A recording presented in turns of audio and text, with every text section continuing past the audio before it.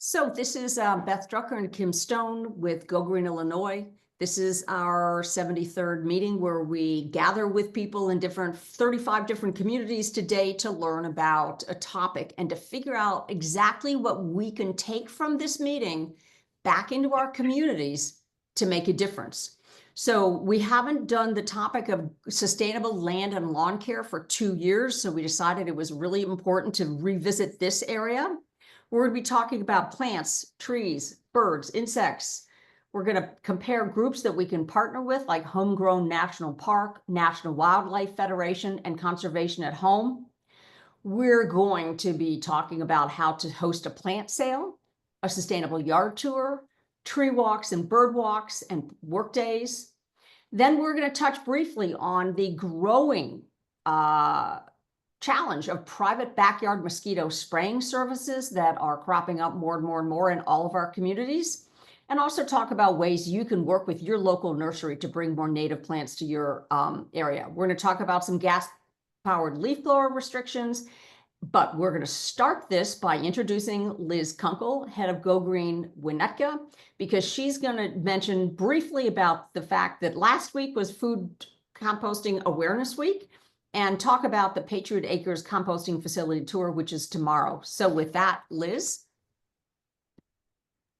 Thanks, Beth. I'm going to hopefully share my screen real quick.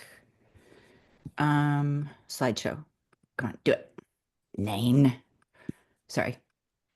There. Did that work? Yes. Yes. Oh, sorry. I surprise myself when I do it right. Hi, everybody. Liz Kunkel, Go Green Winnetka. I'm going to speak very briefly about food scrap and composting related legislation in Illinois specifically. As Beth mentioned, last week was International Compost Awareness Week. It's also Compost Awareness Week in the state of Illinois. I, as an individual, and actually my Go Green Winnetka group is a part of the Illinois Food Scrap and Composting Coalition, which is a state level nonprofit that facilitates programming around International Compost Awareness Week. So that's what happened last week. I always do a program that's a legislative lunch and learn as part of the ICAW programming, because our legislative session in Illinois ends at the end of May. So it's a great time to be understanding what bills are in the works, are potentially passable in this session, or how to tee things up for next year. So I'm going to mention real quickly what's been introduced this year, with the caveat that none of it is specifically related to landscaping applications of compost, but food scrap and other uses of it. And it all gets to creating a market for compost, which then can be used to improve our landscape in every way possible. So, okay. So typically there are, this year, this is just the legislation that was introduced this year. Two pieces of legislation, one bill that would recognize Soil Health Week permanently, and one resolution that would recognize it in 2025. The bill won't pass. The Senate does not want to make permanent changes to the calendar. It passed the House, it stalled in the Senate. That's typically what happens. The sponsor, Charlie Meyer, will keep introducing it and keep trying it. I believe the resolution will still be introduced. It's not on the same timeline as bills, so it can still pass or be adopted by the end of the month. So the resolution still may pass, but it hasn't yet. There was a pair of bills, companion bills, introduced to support the local good food program, which would incentivize local sourcing of food, and specifically from producers who are sustainable and ethical. Organic waste composting, House Bill 3294 and its companion Senate Bill 2195. These would provide another some exemptions for smaller to mid-sized food scrap and composting facilities. It would basically make it reduce barriers to entry, make it easier for them to become compost facilities without having to go through the currently very onerous requirements to be a facility that primarily accepts food waste as opposed to landscape waste. Three bills are listed. Sorry, are we good? Okay. Senate Bill 1397 would create a pilot program for compost market development. It would create funding to help create infrastructure to incentivize people to enter the market. And then the food scrap diversion bill, there's now a pair of bills. Senate Bill 1398 was introduced, didn't go anywhere in the Senate. Representative Joyce Mason in the House amended a bill that she had introduced that would originally do something else related to landfill methane emissions. And she amended that bill entirely and took over the language that was introduced in the Senate bill to make sure it wouldn't die, which is really great. So currently, House Bill 1707 is a really exciting bill. And it's partnered with SB 1398. That one's just not moving. But both of them would require every entity, starting with the largest producers of food scraps in the state, to divert that waste from landfill, and specifically according to a hierarchy, trying to prevent the waste in the first place and then ensuring it stays as food for people, then animals, then soil, in that order. And so again, the compost market development bill would help create the infrastructure and set up the market so that when the food scrap diversion bill is implemented, that infrastructure is already in place to accept the additional food scraps that'll be coming. If you're interested in those last bills, on the last slide specifically, you can look at this QR code and check out this website, feedandconserveillinois.org, and get more information about the campaign around those bills specifically. And then I just wanted to mention a number of bills and resolutions have been introduced. I'm proud to be part of those, but they all now are moving along without my initial involvement, which is great. So Senator Laura Fine always introduces a Senate bill to try to recognize Compost Awareness Week every year. Again, unlikely to pass in the Senate, but she'll keep doing it. She also has introduced every year a Senate resolution to recognize Compost Awareness Week in the state. That was adopted. Sorry, I didn't type in the date. It was adopted last Thursday, the 8th. New exciting resolution, House Resolution 195, was introduced by Representative Mason, again, an increasing ally of food scrap and composting legislation. She introduced a resolution at my request, but I'm not her constituent, and she did it anyway, marshaled it through the House and got it adopted at the end of April. And then really excitingly, my co-chair in the Illinois Food Scrap and Composting Coalition, Tommy Vaughn, he approached his Cook County commissioner, who's Bridget Degnan, and asked her to introduce a consent resolution, which she will do 2 days from now at the next board meeting, and it will be passed. And Tommy and another member of the IFSCC will present and give testimony and have a photo op. So we'll continue to do resolutions and legislation around Compost Awareness Week specifically. And then that's it. The last thing, as Beth mentioned, is we do have a tour tomorrow of Patriot Acres. That's all part of this educational and advocacy work that we do. There is a registration form for the tour, but people were having problems with it. So if you'd like to go on the tour, we do have room. Just email me. That's my address, and we'll make sure you get included and get the details for tomorrow. Thank you. Thank you very much, Liz. For those of you, many of us aren't following all this legislation, but it's incredibly important, and we are really grateful to people like Liz who does follow this kind of legislation. I know Kim does as well. We can work to try to change individual behavior in our communities, but we absolutely need the legislation for the big changes. And we're fortunate to live in a state where environmental laws are still getting passed and improved upon. So thank you to all of the people in Springfield and working to get good laws passed that support what we're trying to do. So with that, we're going to start our program. And we often have like heads of agencies that are giving our programs. This one's a little different because we're calling on a lot of people that live in our suburbs who have areas of expertise to present for us.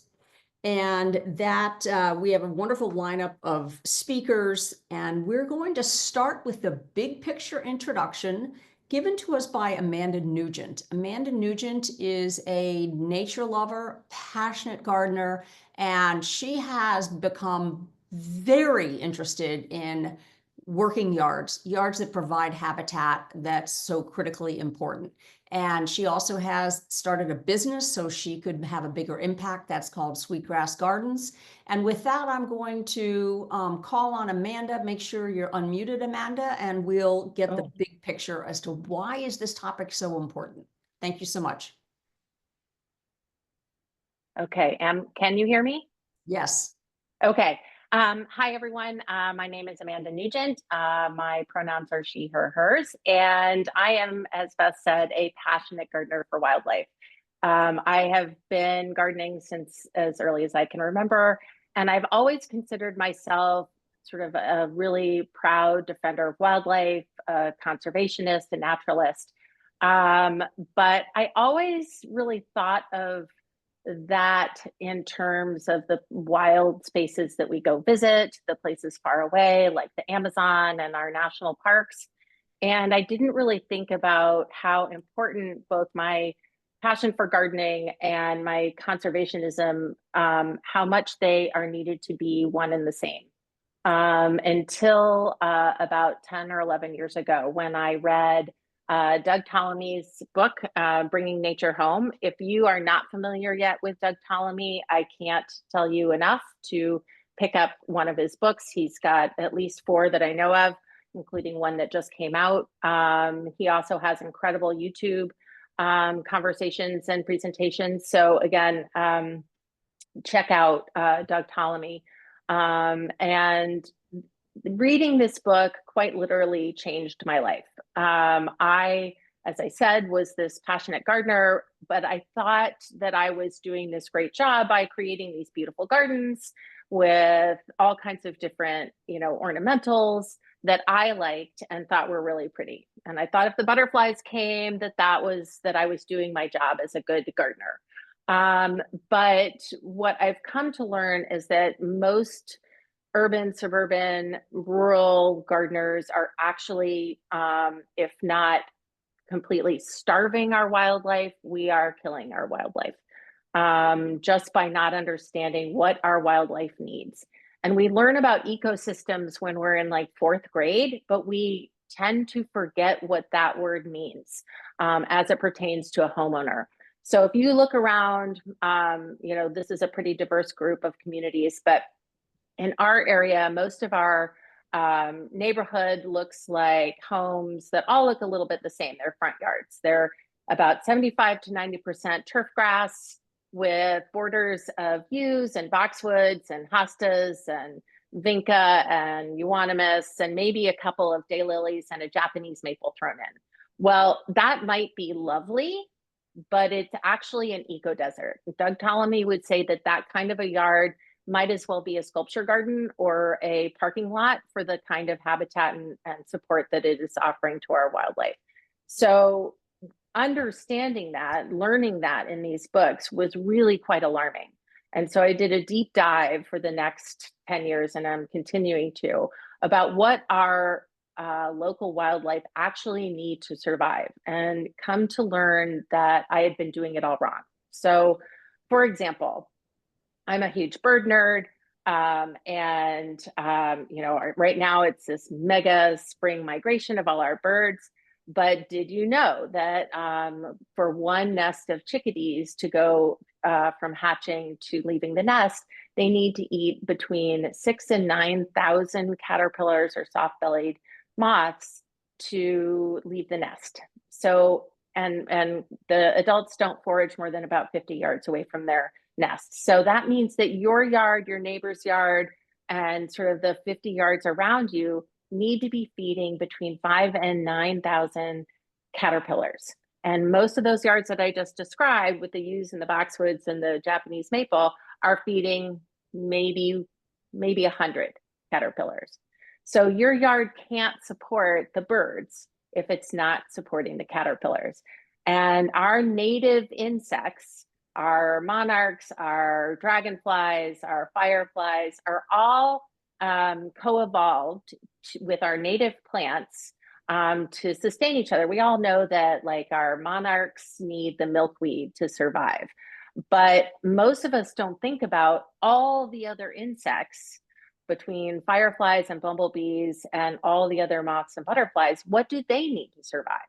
What kinds of foods do those caterpillars need? What do our bumblebees need? Where do these insects go in the winter? What happens to them?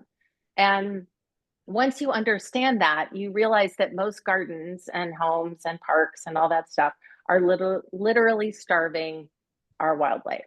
So sure, conservation, and I know that's going to be a topic later, conservation is really important in those wild spaces, but we as homeowners have not only a responsibility, but an opportunity to create habitat in our own backyards that are sustaining and supporting this wildlife. And one of the most rewarding things for me is that I can go to a really sterile backyard of my clients, and I can bring out the pots of milkweed and other plants and watch the butterflies and bees come to the plants before they're even in the ground. So it's really a hokey phrase to say, if you plant it, they will come, but it's 100% true. And your backyard or your balcony or your front porch or your front yard or the little tiny strip beside your garage can support an incredible amount of wildlife. And now that our cities and our highways and our schools and our office parks and our farms have destroyed all of this network of wild spaces that used to sustain all of this wildlife, it is up to us to be able to support them in our own backyards. Doug Ptolemy, as I said, he has this incredible mission with Homegrown National Park, which I urge you to take a look at. But making sure that our backyards, our front yards, our balconies all contain plants that are supporting wildlife in terms of their nectar and pollen sources from very, very early spring all the way continuously through to the fall to support every stage of the insect life cycle. It means that we need to stop cleaning up our yards with gas-powered leaf blowers blowing every little bit of habitat away, because there are dragonflies and firefly larvae and all kinds of moths and butterflies overwintering, and bumblebees right under the leaf litter and into the soil. So all of the times that we're not actively gardening, how we manage our property is equally as important. So what I like to say to people is it's less about how a garden looks and what a plant looks like, and what does that plant do? What role does it serve in the garden landscape? And that doesn't mean that you need to have this wild jungle prairie.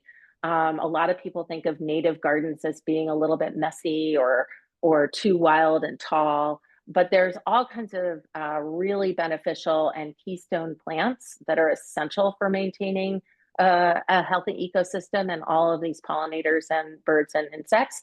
But they can be tidy. You can even have a formal garden that is made up of the right kind of native plants. But the whole, it's just really, really important to think about planting with a purpose. What does each plant do? What role does it serve?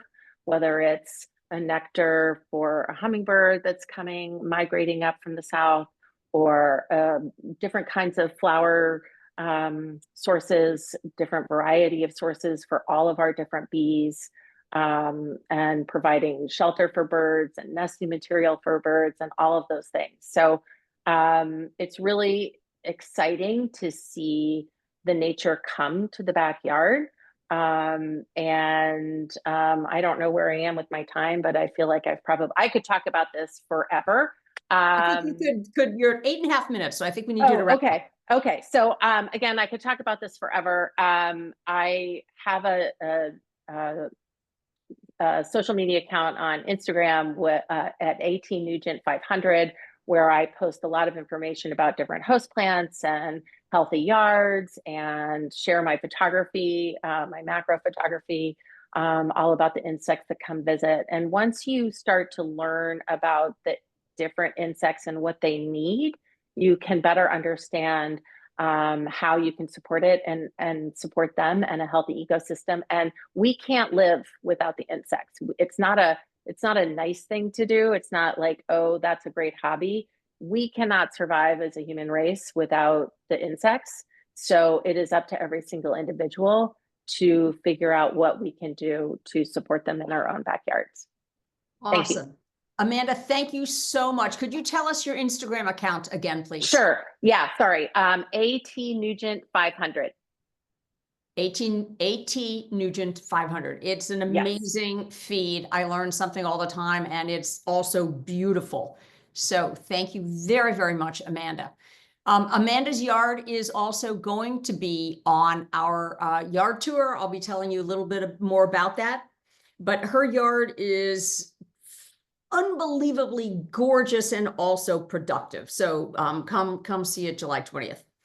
So I think we all need to figure out, how do we share Amanda Nugent's message with our homeowners who don't fully understand the opportunity that we have to create habitat in our yards.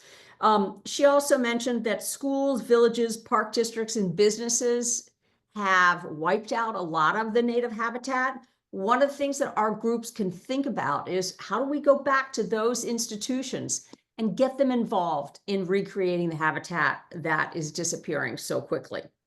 So thank you, Amanda. So with that, we're now going to turn to Candice Dalrymple. She's with Go Green Highland Park, and she has been involved in a really exciting effort to create community-wide habitat. I also want to mention that I know that Natural Habitat Evanston has done a lot of work in this area as well, and many of your organizations may have as well. But Candice Dalrymple is going to be our next speaker. And so with that, we will have her share her slides.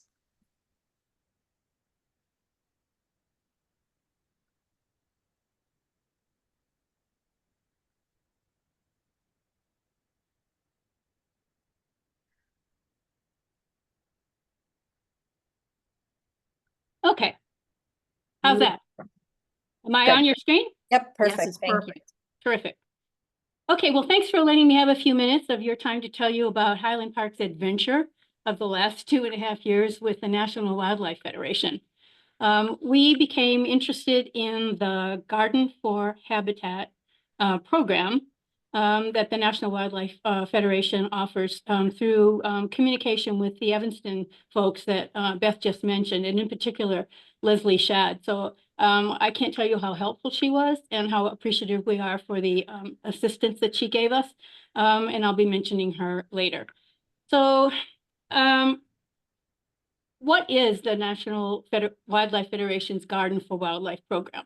It's a program that offers a framework, which is sort of a plan, I guess, is the way I thought about it, to restore local wildlife habitats and to try to educate community members, our fellow residents and citizens, about the importance of habitats that are full of native plants. That is the key.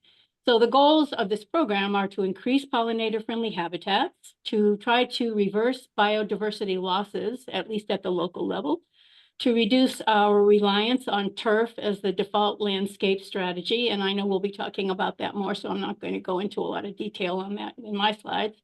To increase understanding of how important sustainable gardening practices are, and to expand our community's awareness and activism, commitment to activism, take a position and act on it throughout the community to help our pollinator populations and the wildlife that are surrounding them to flourish. So a program that concentrates on gardens, which is what I'm going to be talking about most, has very specific objectives, but the kind of program that the Wildlife Federation offers really has repercussions beyond gardening decisions, because water conservation and flooding abatement are adjacent to how we deal with our gardens to make them healthier. We would like to have fewer leaf blowers in our lives, all of us would, and not only for habitat destruction, which will be discussed more fully throughout this meeting, but also really for the noise and the health issues that presents for the landscape teams that are out here every day. They are listening and to that kind of noise all the time, day in, day out, all summer long. And that's an important issue for us to be thinking about as well. It's not just how miserable it sounds in our neighborhoods. Another broader impact of the program like this is its attempt to reduce or eliminate pesticides and herbicides, which aren't good for our pollinators and our wildlife, and they're not good for us either. So I was interested in the National Wildlife Federation's Community Wildlife Habitat Certification Program. So it's made up of lots and lots of individually certified gardens, but together, when enough of them are certified by the National Wildlife Federation, you can acquire the designation as a community wildlife habitat. And that means that your whole town's involved, at least to a certain extent. And I thought that was really important. So how does it work? Based on population, the National Wildlife Federation determines a number of points that a town has to earn by having individuals, gardens, or organizations, or schools' gardens be planting native plants. In our case, we are a town of 30,000, and they told us we needed to earn 400 points in order to be certified as a community wildlife habitat. I would say 88 to 85% of those points are derived from the actual gardens that are in our town and that meet the criteria that I'll be discussing. And about maybe 15% of the points have to be attained through evidence of real commitment to community outreach and publicizing the program so that more and more people are educated and why it's important. So points are awarded for gardens that fulfill habitat criteria in 5 areas. Here they are: food sources, water sources, and I am specifically put this picture on the slide because it doesn't mean you have to have a stream in your backyard. I have a bowl in my backyard. I change my bowl of water every couple of days, maybe every 2 days. It takes at least 4 to 5 days for any mosquitoes to be able to breed in that. It is not a mosquito breeding terror. Places for cover and safety for the wildlife and pollinators and insects that you want to support. Places to raise young, and sustainable gardening practices. And I'm going to show you how you demonstrate that. So this is a shot of these 5 categories that I've just mentioned. And I know you can't read it very well. I don't expect you to, but I wanted to just have you realize that under each one of these categories, there are many choices that an individual gardener or a school or a church or synagogue can check or put in place, if they're not in place, to help fulfill the requirements for certification by the Federation.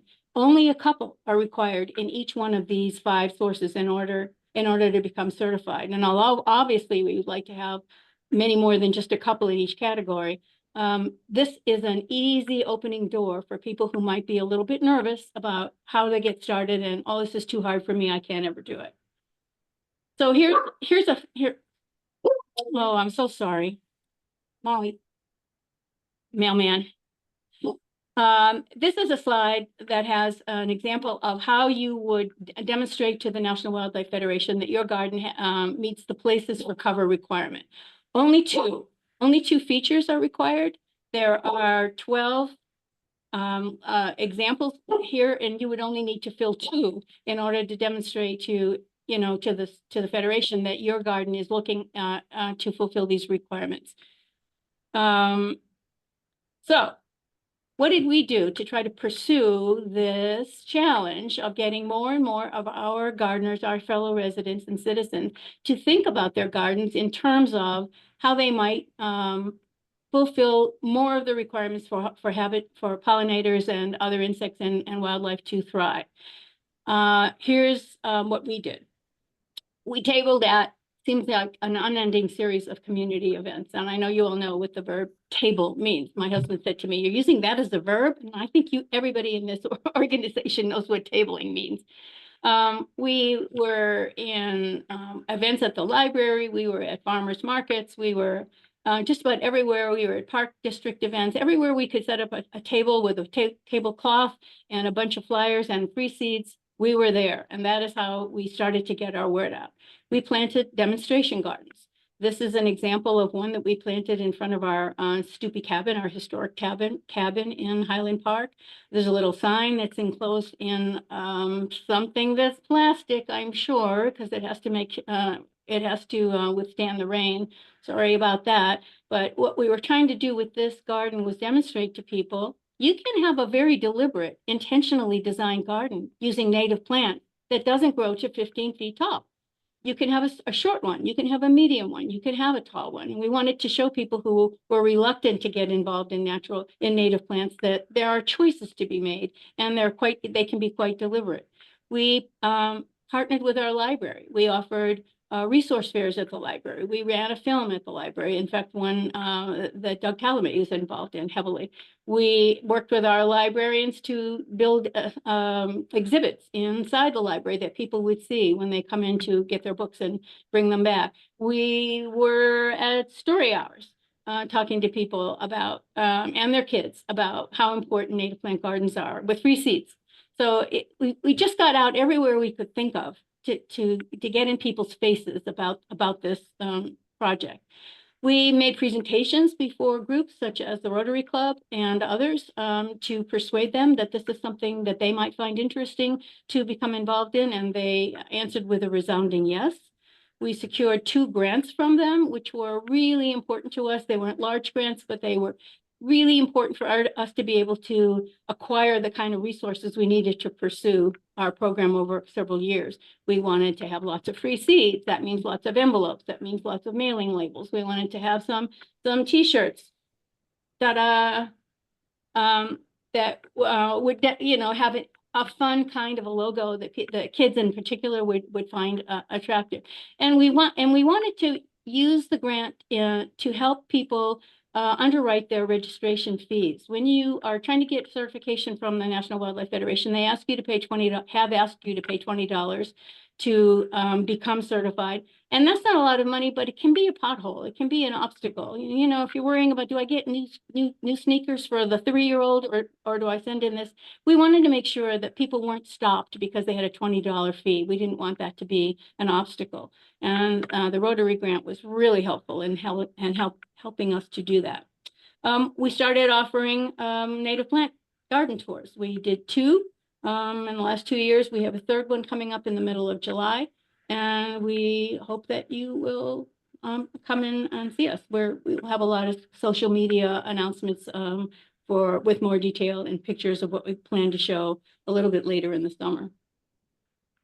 So this participating, Candice, you're at 10 minutes now. Oh, shucks. Okay. Okay, well, let me skip to the next slide. We chose National Wildlife because of its very large national footprint. And I think you can read this. I won't go over the bullet, but they've been in business for a long time, 1936. And we wanted to make sure that we were part of a big organization that could help us with resources. In this picture, which is the night we received the mayor's proclamation acknowledging that we had become a community wildlife habitat, is our mayor and Kim and our council people in the top line. But the reason I really wanted you to see this is that there are people here representing large organizations within our town. The Rotary Club, the Park District, the League of Women Voters, Go Green Highland Park. All of these organizations made an amazing contribution to our ability to get our points. And we're the 2nd city in the state to be certified. Evanston was the 1st and our inspiration. We've already been asked to pay it forward ourselves, and we've consulted with Lake Bluff. So that was a fun thing to do, to know that that would have an impact so soon. And your town can have one of these too. And you can have monarch butterflies, honeybees, and hummingbirds who are really grateful. So thanks for listening to this, and I hope you'll join a campaign like this. Great. Thank you so much, Candice. That was great. Katie Peterson is next, but let me just mention a few things. When we went to a previous mayor in Wilmette to try to do this same thing, he said, I'm afraid if I'll give you permission to do that, it will attract wildlife. And we said, well, that's kind of the point. Skunks and coyotes are a real issue. Our new mayor might have a different, our new mayor is quite different than village manager. So there are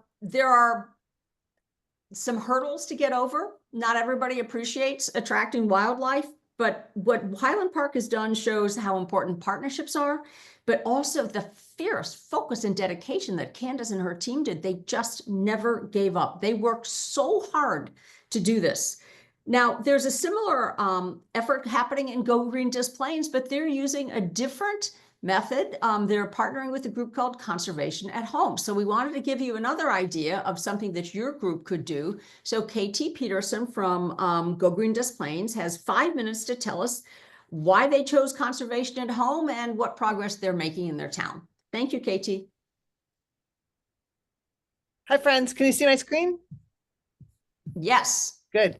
Okay, amazing. Thank you. I also am a huge fan of Doug Tallamy.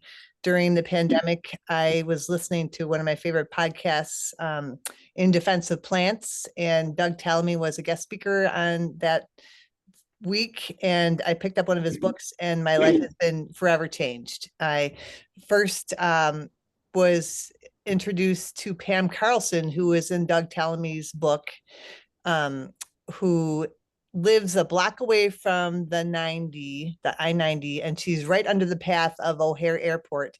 And she has a native garden in her backyard, and she's had over 120 different kinds of birds in her backyard, just from planting native, especially now in this very important migration time. So the first thing I did was got more familiar with native plants, and I became certified as a conservation at home garden. And then I became a master naturalist with U of I, and I became a site steward with the Cook County Forest Preserve District, all because of Doug Tallamy. And I also became president of Go Green Des Plaines. But I can't say enough about Doug Tallamy if you don't know about him. But conservation at home, there are some things that we ask. I'm also an evaluator for conservation at home, so I can come to your house and look at your garden and see if you have some of these qualifications. You don't have to have all of them, but some of them are a minimum of 10 species of native herbaceous plants, a minimum of 3 species of native shrubs or trees, effective removal of invasive species. I'm sure you all know about buckthorn and barberry. I had a barberry I was embarrassed to say, I had some boxwoods, and everybody, they look pretty, but they're not, as Amanda said, they're not helping the wildlife at all. So I'm just slowly getting rid of, I can't get rid of my lilacs. I love my lilacs. I'm keeping my lilacs, but if you have a variety of blooms for each of the 3 growing seasons. So right now, all the spring ephemerals are popping up, beautiful prairie smoke and pussy toes and the dandelions. I mean, a lot of people don't like them too much, but I love me some dandelions. All the pollinators are flocking all around there. And then, in the later spring, we'll have phlox and all sorts of, bee balm and coneflower popping up.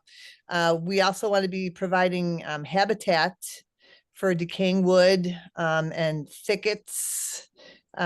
We leave our vegetation up all throughout the fall and the winter. We let the flower stems stay up all winter, because that's where the pollinators, they take their winter vacation inside our stems. We leave that stuff up, and we leave the leaves because, as we all know, that's where the good stuff sleeps over the winter. We have exposed soil, so the bumblebees can make their hives inside of the soil. And we have a maintained water source.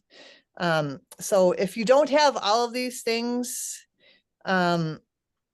we will talk about how you can remove them or add some stuff, but we're definitely willing to work with you. We want to make sure you have minimal artificial irrigation. We don't want to be wasting water on lawn. Hopefully you have a downspout that's directed into your vegetation instead of just into the sewer. Maybe you have a rain barrel or a rain garden. I'll start showing you some more of my pictures here. This is my garden in the front. It used to be all grass when we first moved in 37 years ago. This is my permeable pathway that I'm addicted to rocks. I got tons and tons of rocks delivered to my house, and I moved every single one of those rocks individually. But it's fun. I love it. This is our front yard. Our property is attached to a parkway that was filled with buckthorn and garbage, and I just took it over, and now it's mine. I put a bunch of different native plants in there.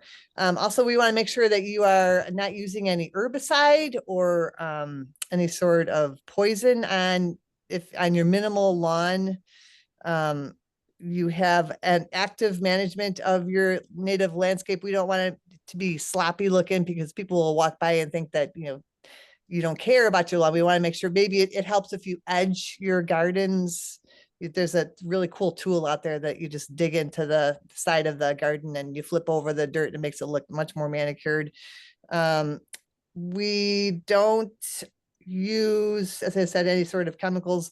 Also having a compost heap, a compost pile.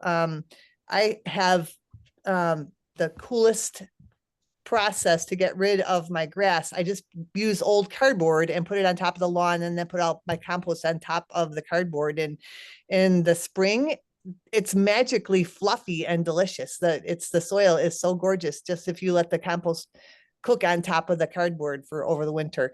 These are leftover plants that we got from Gold Green Park Ridge last year. Cindy, thank you.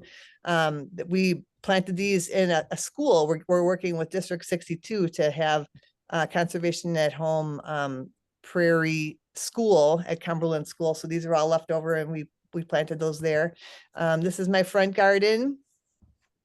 And this is last year we had a native garden tour. It was on my birthday, August 11th. This year we're going to have it on August 10th.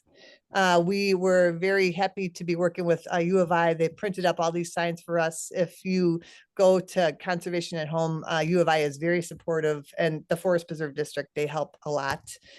These are some of our friends that, it's a one-time $50 fee to get your Conservation at Home. These are some of our people that we certified last year, and they were on the garden walk. This is the big party I had last year after the garden walk of the volunteers. And it's just a lot to find. I've met so many new friends, and I have so many awesome, cool animals that are living in my own backyard. And I love me some monarch butterflies, and I'm just really excited to share this with my granddaughters when they're old enough to walk around in the back. And if you have any questions, please call me. I'd love to share any information I have with you. Thank you very much.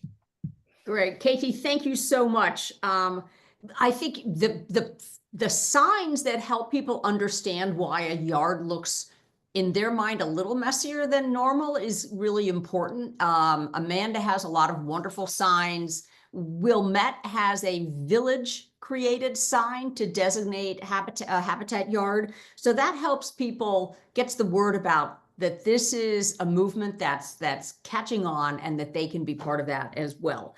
So thank you for that. Leslie, our next speaker, Leslie Smith, while she's getting her slides ready, we're moving from backyard habitat to the issue of trees, because trees are really, really important. As Amanda said, that trees and shrubs are where those caterpillars live for the most part. Oak trees are particularly important. And so I reached out to Leslie and Gil Smith of Arbor Smith. They have been working on the North Shore for decades. Gil's a certified master arborist. They've recently moved to Montana, but they agreed to sign on with us and share their wisdom about trees.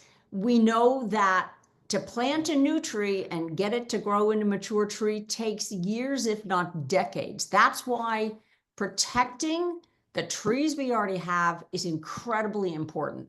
And so Leslie and Gil were way ahead of the curve in recognizing that and treating trees in a really healthy and sustainable way. And so with that, I can see your slides. Leslie, if you put them into view, that's perfect. I'm going to pin you, and you and Gil are now on. Thank you so much. You may be on mute still. You have to unmute. You're still on mute. You have to unmute. Leslie, you have to unmute.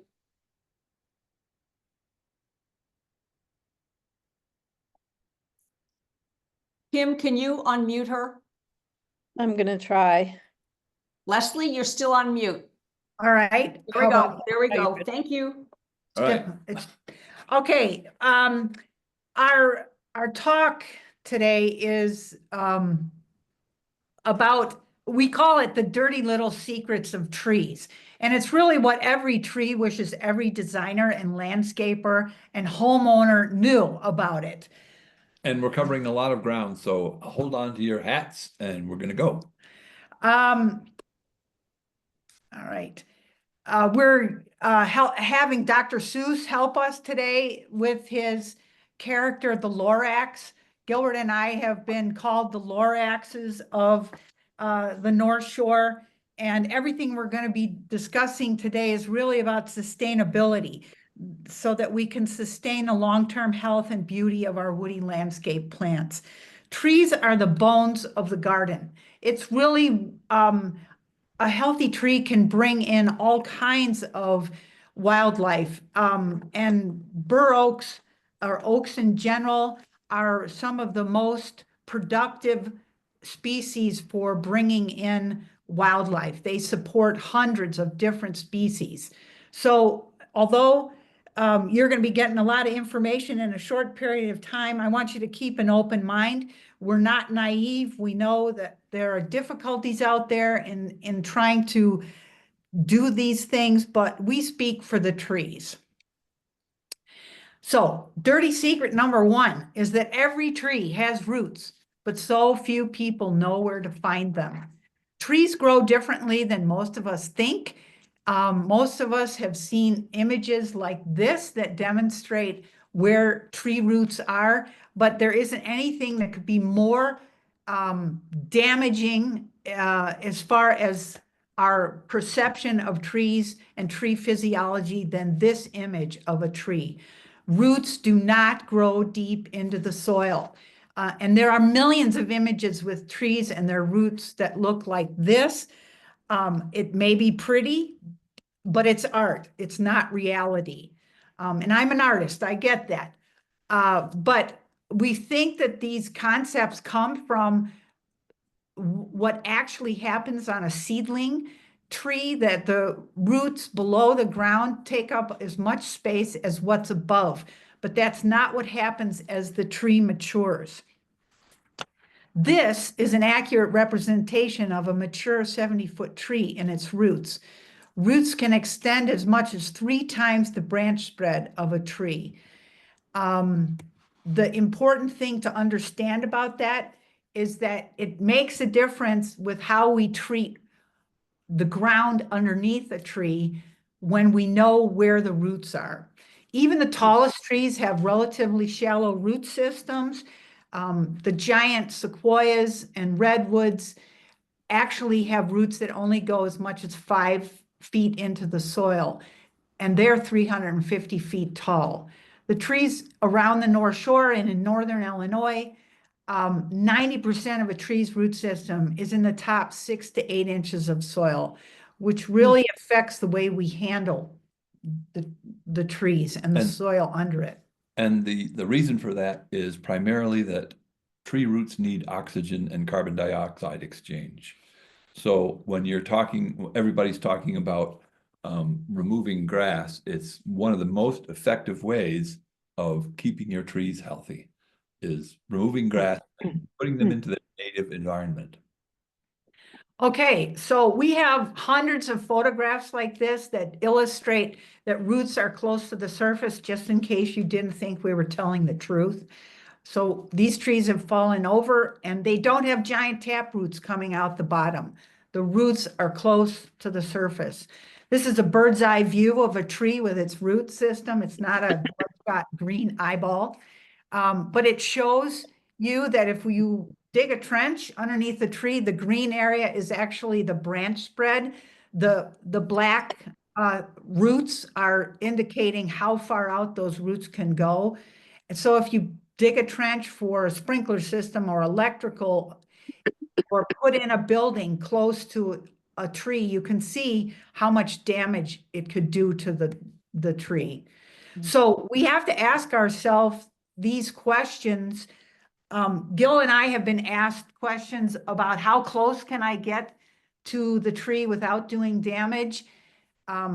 This helps to answer some of those questions. And we get asked these questions hundreds and thousands of times over the course of our career. However, we don't want to discourage you from planting native shrubs and forbs and flowers and grasses underneath trees because they're part of a tree's natural living system. Ecosystem. Yeah. So this is Gil demonstrating that this was a fence that was put up to protect that tree. You can see that it didn't do a very good job. but it does show that the roots are very close to the surface. In Illinois, we have a lot of clay soil. The roots can't get into the clay soil because there's not enough oxygen. And this is a common site actually where roots are being mowed over in a lawn because the tree needs oxygen to survive. I have to say one more thing. When substituting grass for, for mulch or native landscape, don't dig the grass out because you'll be digging a lot of tree roots with it. So just the one thing to remember in this last segment is that tree roots are close to the surface, so be mindful of them. Dirty secret number 2 is that trees grow like coral. In other words, we put on a new living layer of tissue every year, but most people don't understand what that means. The reason we can count the rings on a stump and figure out how old a tree is because it started in the center of that circle and goes out ring by ring by ring every year. And this is a cross section of a living tree in any given year. We can see the branches are extending and the roots are expanding and extending. And this is the same tree the next year. It's added a whole tree onto the outside of that initial surface.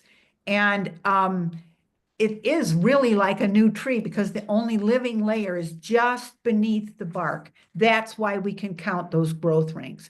To understand what that means in a day-to-day situation is that trees with wires or strings or cables or hammocks around them can be suffocated. They can be strangled to death. And these trees we were called out on because the tops were all dead. And every week the landscapers came that installed these trees and they did maintenance on the lawn and they never bothered to look, which just is really aggravating because these were expensive trees and they were already about 30 feet tall by the time they died. Dirty secret number 3, planting and construction around a tree can kill it. We need to protect mature trees before construction with protective fencing. You need to call your arborist first in the planning stages, before the architect, before the landscape architect, to make sure that we're doing things to protect these mature trees, which really cannot be replaced. You cannot replace a 200 or 300-year-old oak tree after the roots have been destroyed. So don't stockpile anything on mature tree roots. And don't let anybody else do it either. Don't ever drive over tree roots or any soil where you want to plant anything because you're destroying the soil structure and you're making it so that the oxygen that's in that soil, the oxygen pockets are being crushed and the fine root hairs, which really are no thicker than a human hair, are being damaged. Also in concrete work, when they clean their equipment on tree roots, they're changing the pH of the soil and killing it. The same with painters, when they wash their brushes outside your house, they're killing the soil. So protective fencing is really pretty useless unless it's actually protecting the roots of trees. You can see that this particular fence, which happened to be at the end of our street, isn't doing any good anymore. And there's been a lot of destruction. That's an oak tree in the center there. So a sustainable plan view of a 200-year-old tree with its roots. We have irrigation trenches that come out radially from the center of the tree and then go to the source instead of cutting through the root zone. And in the upper left, we have an example of where healthy native plants can be put, that the tree and the native plants can work in a symbiotic relationship. All right, dirty secret number 4. Humans show their love in really strange ways because watering systems and tree lighting can love trees to death. I'm not going to spend a lot of time on this, but irrigation systems often tend to irrigate the wrong thing at the wrong time in the wrong way. So we're really careful about them. There are no native evergreens in northern Illinois. So too much water on the needles can create all kinds of unhealthy fungal issues. And the same is true for our crab trees and our ornamentals. Dirty secret number 5, the most critical time in a tree's life is the few minutes that you spend with it when you're doing planting. Our job as green professionals is to ensure that the trees get put in properly we need to plan for adequate light, room for growth, soil type, drainage, the existing trees and shrubs, radiated heat off buildings and pavement. If you've ever stood in front of a plate glass window that is south facing on a summer day, you can actually get burnt. And the plants that are there also experience the same thing. So location and maintenance considerations are really important. But the most critical thing and the most often made mistake is to plant your trees too deeply. And we're just going to go into that now. We don't want to plant maples, honey locusts, and hybrid lindens.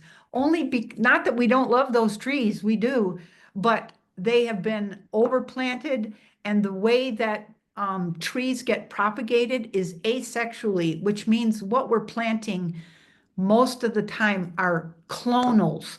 And if one specific insect or disease attacks a particular species, it's not just attacking one tree. It can go through thousands of trees. That's why we had the emerald ash borer wipe out all of our ashes, and Dutch elm disease that wiped out all the elm trees in the suburbs. So it's really important. One of the things that we've done in our new landscape is as much as we love all kinds of flowering plants, we have made a commitment to not plant anything but natives. So we've spent the last 2 years in our new home learning what those natives are and trying to incorporate those into our landscape. Our website address is here. It's a terrific resource for a lot of this information. We want to practice and teach our networks to specify the installation and maintenance plans that are really tree friendly, which is not that difficult. It's just that we have to educate ourselves. One of the single most deadly mistakes when it comes to tree planting is planting too deeply. And this is the perfect example. This is I never had to go too far to find bad examples. And things don't change. It's the same all the way across the country. This is a tree coming out of the ground that looks like a telephone pole, which we have an example of that in the right of this photograph. And it means that the root flare was completely buried. And when a new tree is put in, we have to make sure that that root flare is at ground level. This planting abstract is one that is available by request on our website, wisdomfromthetrees.com. The most important thing that we have here in this illustration is that the objective of proper planting is to promote fine root hair growth from the cut roots, and they begin to regenerate within 48 hours of planting if we give the tree the proper growing conditions. This is a tree or a post-mortem on a tree that was planted with the root flare a full 18 inches below grade.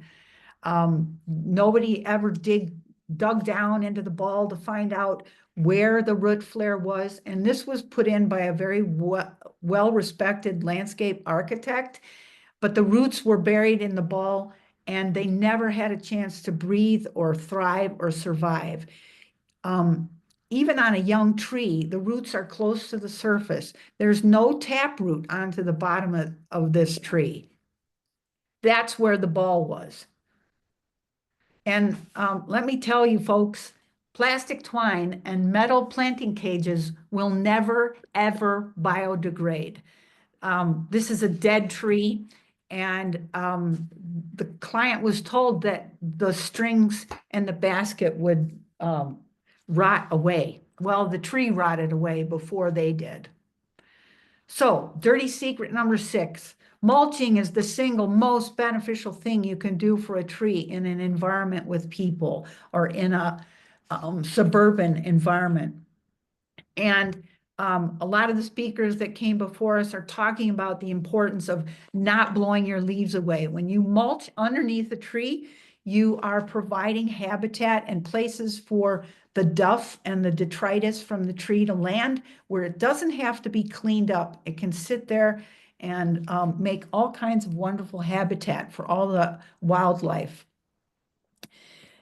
We love mulch, but not when it looks like this.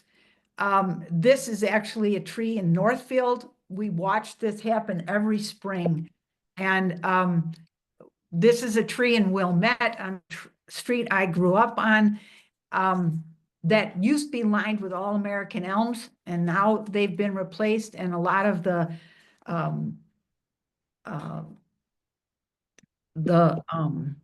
ashes that were put in have also died. So these mulch rings are really important to maintain the long-term health of trees. And these big fat mulch rings that go up the trunk provide a place for critters to come and chew the bark off during the winter. This is what we want mulch to look like. We can see a healthy root flare, and there's it's spread out away from the trunk of the tree. This particular tree happened to be in our backyard. It was a hackberry, and it was planted 14 inches below grade when we got the ball. We dug all the topsoil off and put it in, and now you can see it's about a 27-inch diameter tree, but only because we provided healthy rooting space for it. This is what, this is at the Botanic Gardens, and this entire area is mulched and has plants that are ephemeral or native and allows for a healthy environment for the trees above it. Essentially, trees function best in an environment that mimics nature. They're able to create and enrich a healthy soil biome, which is just like our gut biome. They absolutely need that. And the more we can do to help the soil and help the roots grow, the more these trees are gonna thrive. And they'll be able to resist diseases and insects naturally without the use of pesticides. Which I want to just repeat that, without the use of pesticides. It doesn't mean that we can never, we can get out with never using any kind of insecticide or pesticide in our suburban environments, but the more we can do to make the soil healthy, the more we're going to do to allow the tree to actually push out insects and diseases on their own. We could spend a whole day talking about trimming. It's not something that we have time for today, but suffice it to say that you should get a certified arborist that's certified with International Society of Arboriculture to examine your mature trees at least every few years. So think carefully when working around existing trees. It's just really important. And ask yourself this question: how is what I'm doing going to create sustainable landscapes in light of all these dirty little secrets? So that's it. Leslie and Gil, that was great. Wow, so wonderful to have your wisdom again, all the way from Montana. I loved how clear you were about the mulch rings. The mulching, the incorrect mulching is unbelievable. It's everywhere. One of the things that we're talking about is the fact that this is being done by commercial landscaping companies, and unknowing clients are paying a lot of money to have a landscape company kill their trees. So we're working on that. One other thing that I know you were running through things quickly, I've learned that a lot of excessive outdoor lighting, decorative lighting, can actually impact the growth of trees. That was very surprising to me. We're trying to really discourage that for a lot of reasons. I thought it was interesting, your point that commercial watering systems or, automatic watering systems can really be harmful to trees. And that 90% of the root system is in the top 6 to 8 inches of soil. That was amazing. So we know that there's way more wisdom that you have, but I want to thank you both for trying to distill it into that short talk. And with that, we're going to introduce Lynn Zaransky. So Lynn, you can get your slides ready. We're going to remove this pin. Lynn is a open lands tree keeper. This is a program where we can use tree enthusiasts who volunteer to help communities protect their trees. You may know about it, but Lynn is going to tell you why your town should think about either establishing your own tree keepers chapter or reaching out to open lands tree keepers to say, could some of your tree keepers come in and help us with our trees? So with that, we're going to move on to Lynn Zaransky. And Lynn, you are on mute.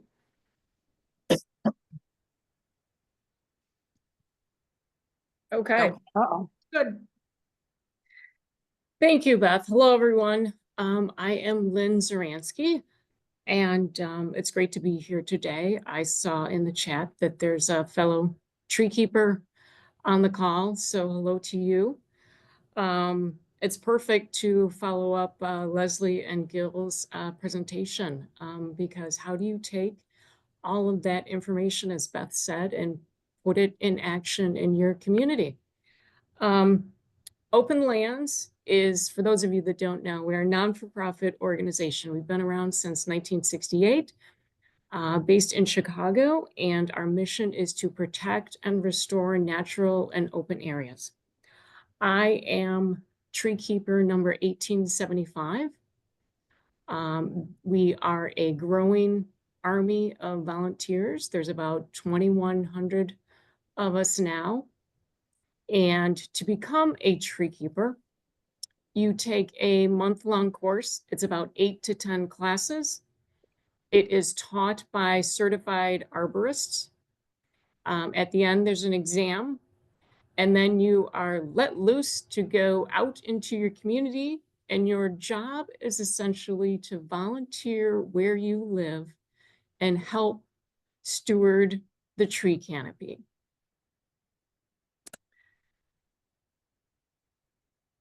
Okay, I'm trying to move my slides forward. There we go. Okay. So what does a tree keeper do in their community? We plan and organize tree plantings. We are doing tree mulching events and pruning. That a lot of times is done by adopting a local school or a park. We do tree education. This summer, I am going to be doing setting up a table at our farmers market. So once a month, I will be there with other tree keeper volunteers.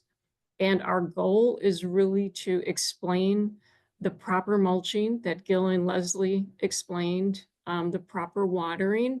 We have, where I live, a beautiful mature tree canopy. We need to do a much better job of making sure it lasts longer. Advocacy is also a big part of it, connecting with your local forestry department and working on improving the tree ordinances.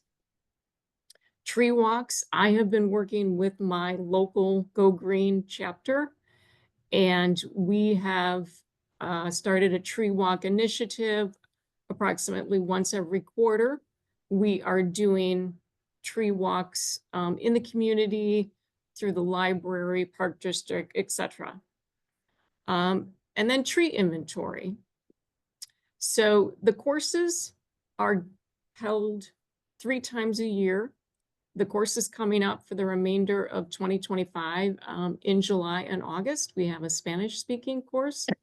In October, we have the English speaking course. All right, so you want to learn a little bit more. What does it mean to be a tree keeper? The best way to do that is to volunteer at one of our community tree care days. These are days that the open land staff plans and facilitates. They are at a park in Chicago. It is a 3-hour event. You engage and are mentored by the open land staff as well as current tree keepers in the proper mulching, pruning, watering of trees. Throughout the year, Open Lands gives grants to various communities, and in a grant tree planting, at least 10 trees go in the ground. And so how part of these tree care days are organized is the Open Land staff organizes a day the next year where volunteers come back, and those trees that went in the ground the previous year, they do a day of taking care of them. As you can see, in May and June, there's upcoming events listed there. And then there's more events going on further into the fall on the Open Lands website. So there's engaging with a tree keeper chapter, or there's becoming a tree keeper. One of 2 ways. On the slide here, you can see the map. The map was kind of hard to read, so I really tried to break out the communities geographically. These are the cities or villages or wards that have existing chapters. If you live in one of those, absolutely connect with Open Lands and they will connect you with that chapter and you could start working together. If you are interested in becoming a tree keeper, there's taking the course, but then in order to set up a chapter, all you need is yourself and one other individual that are interested in advocating and stewarding the canopy where you live. And you can get going as a chapter. The one requirement is you have an annual meeting where you set up a goal and then you do some plan making towards reaching that goal. An example is on the screen, you could see the 47th Ward. They set a goal for inventorying a certain percentage of their canopy, and they have scheduled events over the past year to help them reach that goal. And the Tree Keepers program gives you support and resources all the way along. I engage with the Wilmette chapter. I do events where I live, but I also go to other chapters. It gives me an opportunity to network and learn. So that is it. Everything regarding tree keepers. If you have questions, easiest thing to do, email treekeepers@openlands.org. Signing up for the newsletter is also a great idea. There was in the beginning, we were talking about legislation. You get action alerts through that newsletter. So it's a lot of valuable information for you to engage in a way that works for you. Thank you.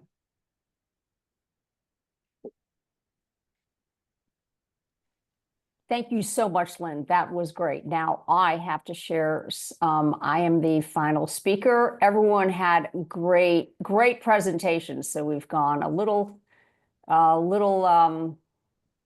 past time, but let's see. How does that look for everybody? Good.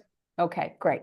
Okay, so what I'll be doing is kind of wrapping up the discussion on, and I will be talking about a few things that your community group can do that helps people learn more about this in your community. Not sure why the pinning didn't work. Okay, never mind. Okay, so one of the things that we all need to do as community groups is help our residents reimagine what their yards can do, to have them rethink pretty, to talk more about what their yards do to service habitat and all the insects and animals that we need. So thank you for all of the wonderful speakers. And really quickly, I'm just going to talk about the just a few of these things, but I've got to set the timer on myself. Hang on just a sec. Okay. All right. So this is all about education and outreach, and there's lots and lots of ways to do it. We can be talking with arborists and our village and all these entities, but for community groups, it's tabling, it's getting out there with information at festivals and farmers markets and trying to get as much information to our residents as possible. One of the things that many of our groups have done is start native plant sales. This is a really fun and effective way to get more native plants in the ground. People trust our groups, and we can get true native plants. It's not hard to do. And what I want to encourage you all to do is think about starting really small. If you've never done one, could you put 200 plants in the ground? Keep it small. There is a how-to manual that's available. That is, it's not on the website yet. I have to review it one more time. That'll go on the Go Green Illinois website. You do have to have upfront money to buy the plants. Many people are willing to write a check and then get reimbursed for it. But actually, what's crazy is that you actually can make money on plant sales. We were surprised by that. We make $2,000 to $4,000 every year on our plant sale, and it's a win-win because we're trying to get plants in the ground. So you have to pick a site, a parking lot, park district, school district, village, church, or temple parking lot. Suppliers that have been used by some of our groups: Possibility Place, Midwest Ground Covers, Pizzo Nursery. And they can advise you on the order. If you don't have an expert like an Amanda Nugent or Karen Glennemeyer in your community, well, if you haven't found them yet because they're there, the suppliers can advise you. It's a great way to get people involved because it is a really fun win-win kind of a thing. You can also partner with garden clubs if you already have a garden club in your town, Rotary clubs, local nurseries. We found that yard signs work really well to tell people about the sale. And Go Green Wilmette has been doing this for 10 years, and we have managed to put 24,500 plants in the ground. So we're really proud of that. For an event that lasts for 2 hours, that's a lot of habitat. So we're pleased with that. Another thing that many of our groups have been doing are sustainable yard tours. Not all front yards are as wild and wonderful as Karen Glennemeyer's here in Wilmette, but keep in mind that you can do a single yard tour. You don't have to have a big event. If you've never done it before, find a wild and wonderful yard in your town and see if you can't start off with a small tour. So we want to celebrate a new kind of yard. We want to help people think differently about their yards. And this is a really great way to raise awareness and educate people about it. So we look for features like native plants, edible gardens, composting systems, stormwater management, shade gardens, rain gardens, bird and insect habitat. There is a how-to manual, how to do a yard tour. That is on the Go Green Illinois website in the resources function. Again, you can find partners, garden clubs, a local nursery, even a business. You find gardens mostly word of mouth, or you can put it in your newsletter that you're looking for a garden.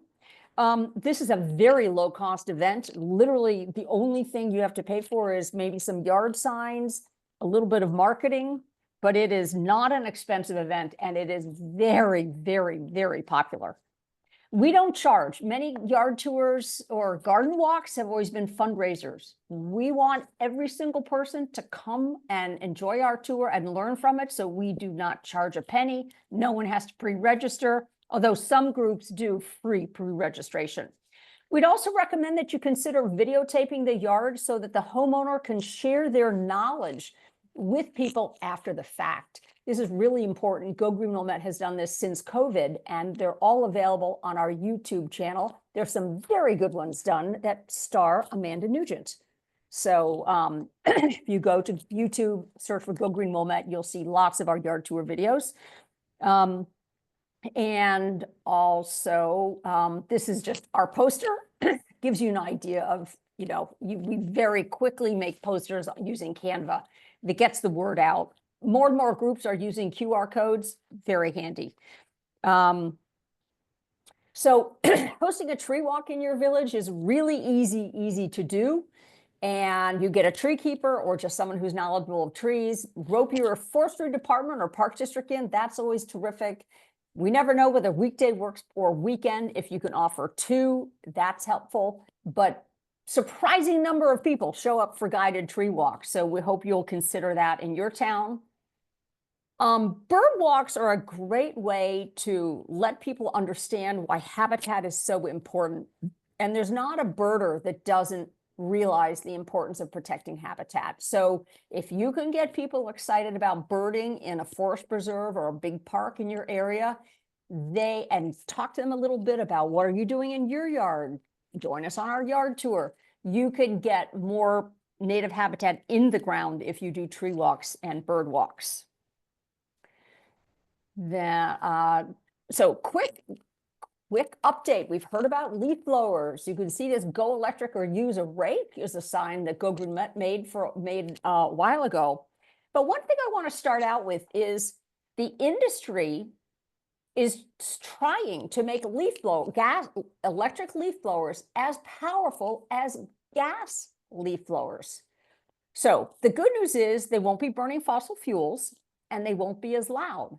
The bad news is they're still putting particulate in the air with greater and greater force, and they're still blowing away every shred of soil amendment and habitat in people's yards. That's critically important that we get the word out about the fact that electric leaf blowers, yes, they're better, but they're not a great solution in the long run. Leaving the leaves is hard to sell to people, but it's really, really important. So the 11 community municipal working group got together again after 2 years to look at what was happening. That report is available on Highland Park, the Village of Highland Park's website. If your community does not have any restrictions on leaf blowers whatsoever, it is definitely an area that you could make a difference in. Of the 11 communities that started studying this, only Lake Forest has no restrictions, and I expect they are in the works. Enforcement, the tickets go to the company, not the workers. That's really important. They're talking about homeowner responsibilities. If homeowners allow a company to break the law over and over again on their property, at some point, should they be responsible? Should they be fined? Personally, Go Green Will Met thinks so.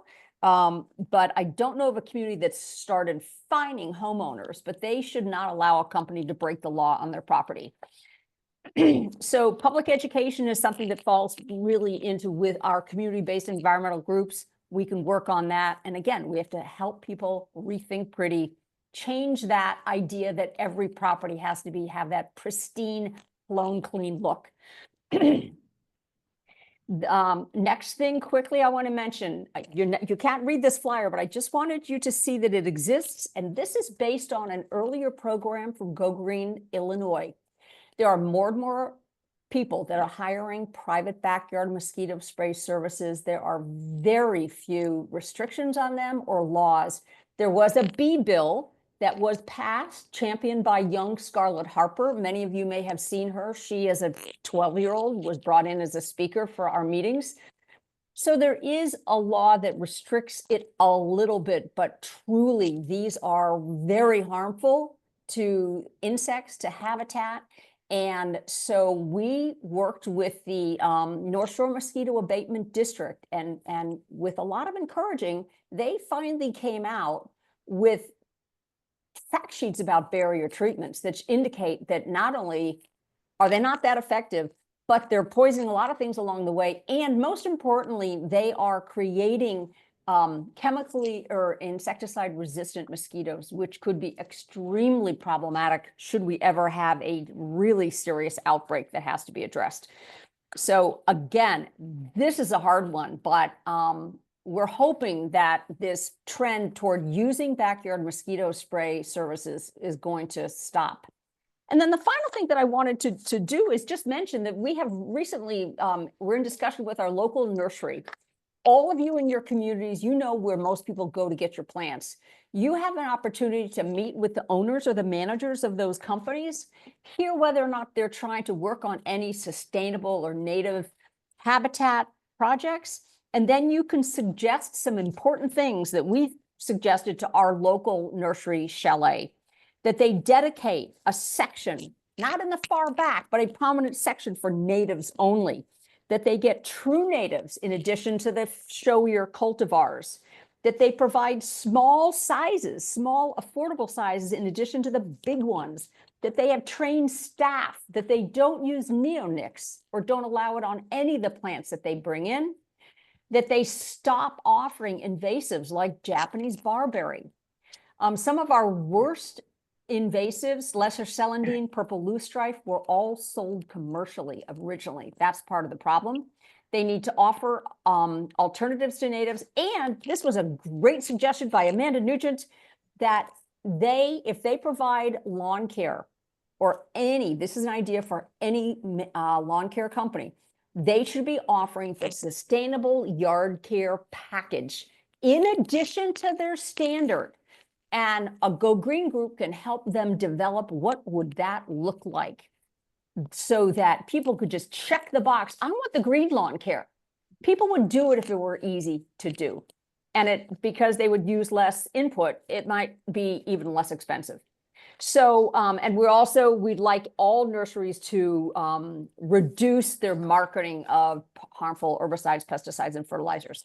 So really quickly, here are some resources. There are so many resources. You all know far more than are on this list. These are just some of them. And finally, I just want to encourage all of you to go back to your communities and take some of the ideas that you learned from the other groups, partner with adjacent environmental group, partner with people in your community that are already working so that you can all do more together. And so with that, we're going to conclude this program, but do we have any, we're running a little 10 minutes late, questions and answers? If you do, could you raise your hand? If you know how to do that, let me get rid of stop sharing.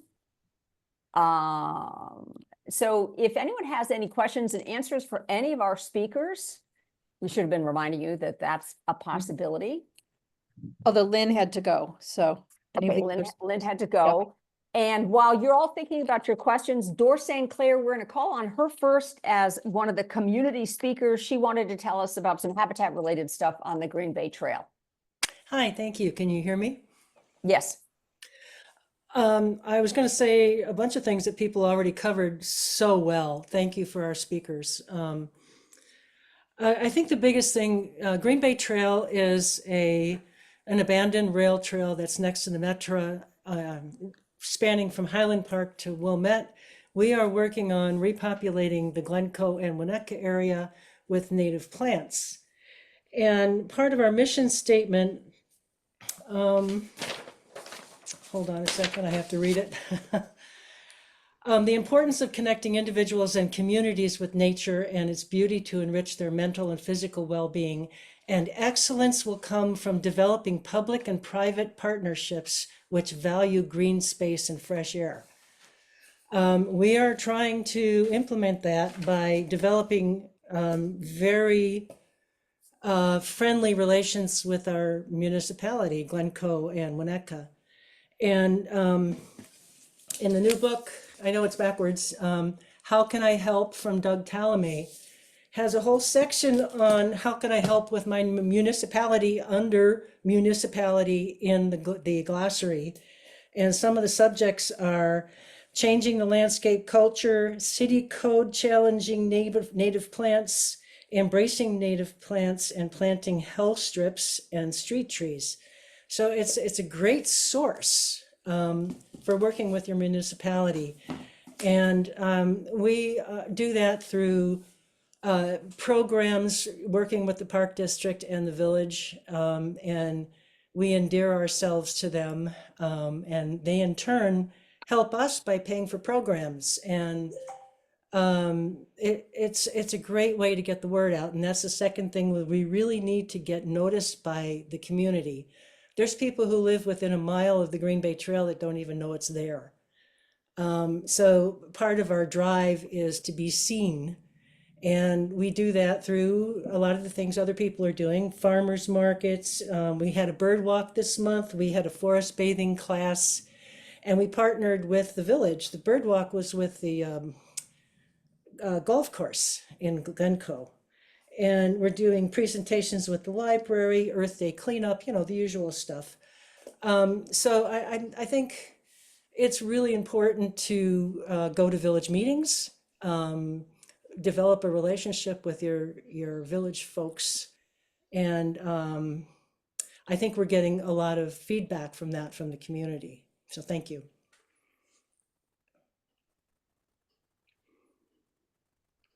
Thank Thanks. you. Thank you, Dor. So has anyone put any questions in the chat, Kim? I do not see any questions in the chat. So if anyone has a report from their community, can you raise your hand? Oh, Deb has a question for Amanda. Oh, Deb, Yeah. go shoot. ahead. I too am a Ptolemy fan. I heard him speak last year or this winter, I can't remember which, and he was talking about saving the plant stocks for 1 year is insufficient, that they Yes. really need to be saved for 2 years. Yeah. How do you do that without leaving the plant stocks up in your garden and having people complain about how untidy it looks? Well, it's sort of a multi-pronged answer, and it's not a simple answer. But you know, the idea of leaving our stems up all winter and then cleaning it up, that is not, you are doing almost nothing beneficial by doing that. So Doug Ptolemy's right, you need to leave them up for at least 2 years. It's not the whole plant stock. So let's say your echinacea or your Joe Pye weed is, you know, between 3 and 5 feet tall. You can cut it down in the spring to about 12 inches tall and leave that stalk, that hollow dried stem standing.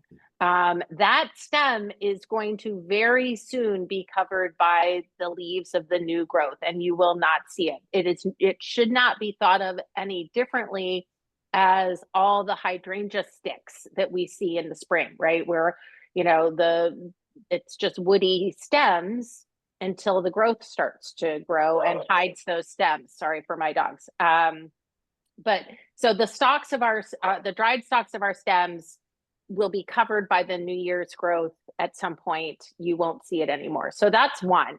The other is I use a couple of different methods for my stems. I will take that top portion off when I do my spring cleanup, which is not very much cleanup. I'll take that top portion, leaving the bottom 12 inches on the plant. I'll take the top portion and I will do either one of two things. Or three things, sorry. I will cut it into sort of 6 to 12 inch sections. It's a method called chop and drop. So you can take garden shears and cut that stem into 6 to 12 foot sections and just let it fall on the ground. It acts as a mulch. It continues to provide the habitat. If there is an insect hiding in that particular stem, it will still have time to emerge, and it just fades in to sort of a natural mulch. Another thing you can do is take that top part of the plant stem, and I have about half a dozen tomato cages in the very back end against my fence, and I'll stand stems in there for years. And it's completely tucked away. I don't really see it. You can stick them by your garage. You can stick them on the side of your house. but I like to have certain number of stems that are standing tall the way they might in nature, and I never touch it again. So my stems have been back there for probably 5 years or so. And I see evidence all the time of birds pecking at them, insects in them, all that stuff. The other is a brush pile. And that is really going to be probably the most controversial of all the answers. Because if your brush piles are really, really essential for a healthy ecosystem, they provide habitat for birds over winter, all kinds of things, but they can also provide habitat for small rodents, including rats. So if you have a rat problem in your community, I don't recommend necessarily going with lots of brush piles that are just ignored. But those other solutions totally work. Does that answer your question? But the complicated answer is yes, cutting it down once in the spring and tossing it up, as part of your spring cleanup, that is doing almost nothing to help the environment. You're throwing away nesting sites for bees and possibly insects. Does that answer your question? Thank Okay. you. And there was one question about grants for schools to do native planting. I don't know if anyone has an answer to that. Well, I don't have any specific answers, but there's huge numbers of grants for school gardens. There's a lot. I don't know the names of them, but I think there's a lot of grant money out there for it. Yes, Amanda. You could, so I just last year installed a garden at Niles North High School. They received a large grant for some type of green initiative as part of their school. The problem with some of these school grants and the problem that this garden in particular is going to be faced with is that once you've spent that money on that grant money on installing the garden, you need to have some kind of commitment in place to further care for the garden. Because even though we like to talk about native gardens and natural habitat as being low maintenance, it's still a garden that requires management. And if left to its own devices without expert care, especially in those first 3 or 5 years, it's going to become a weed zone. So if a school or an organization comes up with the funding for installing a garden, that's amazing. But make sure before you do that there's a plan already in place for continual care, and that's going to require an investment in funds. And sadly, Niles North doesn't have that right now, and so I'm a little sad to see what could happen with the garden. Yeah, we have Amanda, that is such an important point. several gardens have been removed that have been put in. We put one in at a school in Highland Park, and when our kids graduated, no one took care of it, and it's gone. Right. Right. And Yeah. I mean, we run into those problems all the time. That's how Beth and I actually met. Right. And people but I like to think that it's all going to, we can get volunteers to do it, but you always need money in the bank to call in a crew, because otherwise those gardens can go to rack and ruin and be eliminated. And not only can they be eliminated, but they really, it's like one step forward, 2 steps back in our mission, because they give native gardens a really bad image. They, excuse me, they give people the impression that they're messy and crazy and undesigned and unmanageable. And that's not the fault of the garden or the native plants. It's just because there's no such thing as a wild space that doesn't require care and management and tending. So it's not only sad to see the gardens go, but it's actually making it harder for us to continue to spread the message of, oh, plant native, and have your school or community or whatever create and devote time and money to this kind of a mission. Thank you, Amanda. I just noticed that one of our members, Bruce McBee, his job is to report back because not everyone on Downers Grove, Greener Grove can come to these meetings. So he takes notes, and part of their board meeting is he reports what he learned at one of our meetings. So that's a good thing. If you have board members or other colleagues in your community, try to remember, take some notes and review this with the other people that are in your area. I'm just looking, what's the best way to kill grass under a tree to broaden the circle for mulch natives? That's Mary Monday. I'm happy to take that question since it looks like the arborsmiths are gone. Okay, Kim, Let's give an answer. please. But you do not use pesticides under your trees because it will kill the tree as well. What we have done is just pulled the grass up and then planted natives or planted stuff right into the grass. But They you did can also- say you shouldn't cut it out. no, you just have to pull it. You can Yeah. also, I mean, you can put something on top of it, like cardboard or something, but you got to be careful of the tree roots. Right. But this is something maybe we can, if you want to email that question, Mary, we could email it to Gil and Leslie and see if they have another answer as well.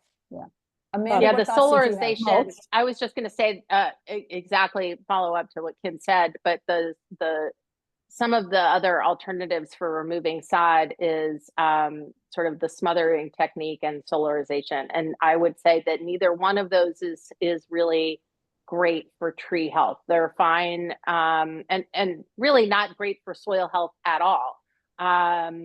But they are a way to kill off undesirable turf grass. They're not going to kill off clover. They're not going to kill off violets. They're not going to kill off creeping Charlie. They're not going to kill off lesser celandine. They're only going to kill the turf grass. But they also will kill the microbes in the soil. They'll also suffocate or smother, tree roots. So you have to be really thoughtful when you use any kind of sod removal. Whatever. So when people plant. We've Go ahead, mulched Kim. we've mulched right on top of the grass, and we just Mhm. each year we kind of expand that ring of mulch around the trees. And if you just keep putting mulch further out from the tree to create that space, and you can weed the things that continue to pop up in there, but the turf grass doesn't usually continue to thrive with that Yeah. environment. One thing that I forgot to mention that I see all the time is the people who allow grass to grow to the base of the tree, which is extremely common. Either they're mulched wrong or the grass grows to the base of the tree. Then the yard crews or the homeowner comes and weed whacks every week, year after year, nicking that trunk of that tree over and over and over again and weakening it. And so that's another reason why it's really important not to have grass up to the base of the tree. But when you're putting in some tiny, tiny little tree, I planted an oak and I put this little 5-foot diameter circle. Well, it's ridiculously tiny, so I've been making it bigger. But when people planted trees, they would make a mulch circle way wider than they think. That's the way to do it, but no one does. They say it should be as wide as the tree canopy. So however far the branches go out, that's where you want mulch. Yeah. Wow. Well, you guys, this was a great program. Kim and I always aspire to end at 2:30, but it doesn't happen because all the speakers are always so good, and there's always so much good information. Thanks to those of you who are still on. We're going to just be casual. We're adjourned. I'm going to stop the recording. Yeah, I feel like we've run out of time for community reporting.